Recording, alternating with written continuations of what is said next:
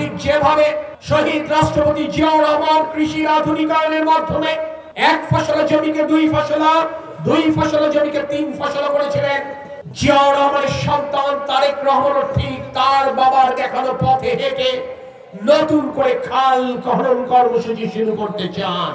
তিনি সার, বীজ এবং কীটনাশক সহজলভ্য করতে চান কৃষকদের জন্য।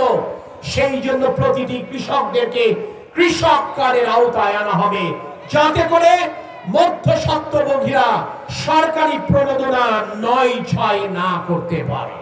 কৃষকদের ফসল যেন প্রাকৃতিক দুর্যোগ, বৃষ্টি, কুয়াশা কিংবা ঝড় কিংবা শিলাবৃষ্টির কারণে ফসল হানি না ঘটে এবং ফসল হানির পরিপ্রেক্ষিতে যেন তার পুঁজি ক্ষতিগ্রস্ত না হয়, সেই কারণে কৃষকদের কৃষি পণ্য শস্য বীমার আওতায় আনবার কর্ম পরিকল্পনা করেছেন আমাদের প্রিয় নেতা তারেক রহমান। এই বার্তা পৌঁছে দিতে হবে। আমরা স্বাস্থ্য ক্ষেত্রে উন্নয়ন করতে চাই।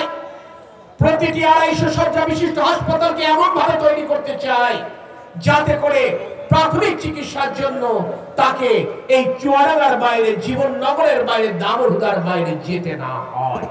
ঘরে ঘরে স্বাস্থ্যকর্মী পৌঁছে দিয়ে স্বাস্থ্য সচেতন একটি জাতি আমরা তৈরি করতে চাই।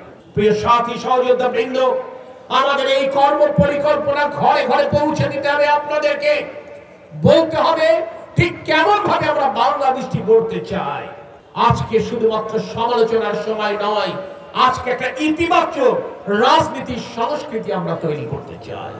আপনারা অবশ্যই সৌভাগ্যবান, বাংলাদেশ জাতীয়তাবাদী দলের সেই উচ্চ শিক্ষিত মেধাবী ৭ জন প্রার্থীদের মধ্যে সামনের কাতারে রয়েছে আপনাদের প্রার্থী মাহমুদ হাসান খান বাবু।